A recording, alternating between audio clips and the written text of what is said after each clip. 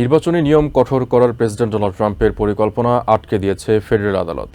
Voter নিবন্ধনে নাগরিকত্বের প্রমাণ বাধ্যতামূলক করা নির্বাহী আদেশে স্থায়ী নিষেধাজ্ঞা দিয়েছেন বোস্টনের বিচারক ডেনিস ক্যাসপার। আদালত বলছে, নির্বাহী আদেশ দিয়ে নির্বাচনী ব্যবস্থা পরিবর্তনের ক্ষমতা প্রেসিডেন্টের নেই। এই রায়কে ট্রাম্প প্রশাসনের জন্য বড় আইনি পরাজয় হিসেবে দেখছেন সমালোচকরা।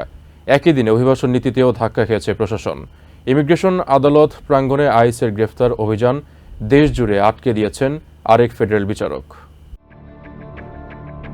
প্রেসিডেন্ট হিসেবে দ্বিতীয় মেয়াদে দায়িত্ব নেওয়ার পর দেশের নির্বাচন ব্যবস্থায় বড় ধরনের পরিবর্তন আনতে একটি নির্বাহী আদেশ জারি করেন ডোনাল্ড ট্রাম্প।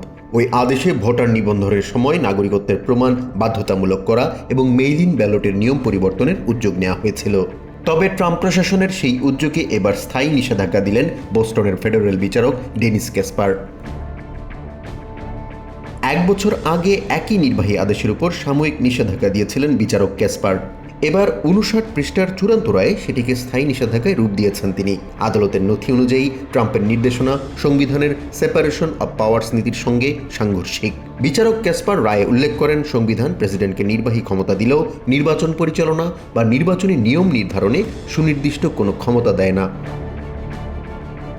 ট্রাম্পের ওই নির্বাহী আদেশে আরও প্রস্তাব করা হয়েছিল, নির্বাচনের দিনের পর পৌঁছানো ডাকযোগে ব্যালট গণনা করা যাবে না।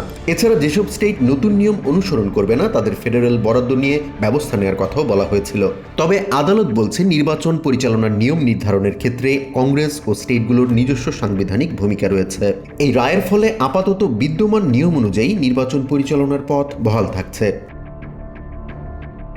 MS নাওয়ের আইন বিশ্লেষক লিসা রুবিন জানান, মেইল ইন ব্যালট নিয়ে ট্রাম্পের নির্বাহী আদেশের বিরুদ্ধে একাধিক স্টেট মামলা করেছিল। বোস্টনের ফেডারেল বিচারকের রায়কে স্বাগত জানিয়েছেন ব্লুমবার্গের এক্সিকিউটিভ এডিটর টিম ওব্রায়ান। এদিকে ওবামা প্রশাসনের সাবেক আন্ডার সেক্রেটারি অব স্টেট রিক স্টেঙ্গেল ট্রাম্পের সেই ব্যাক বিলের সমালোচনা করেছেন। তার দাবি, ট্রাম্পের লক্ষ্য শুধু ভোট জালিয়াতি ঠেকানো নয়, বরং নির্বাচনী ব্যবস্থার উপর প্রভাব বাড়ানো।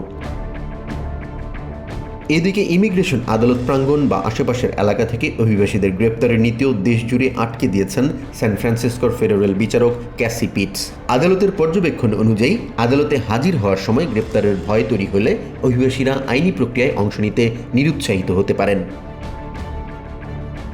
জাহান মিথুন, TVN 24 news desk. New York থেকে সম্প্রচারিত TVN 24 টেলিভিশন বিশ্বজুড়ে বাঙালির কণ্ঠস্বর।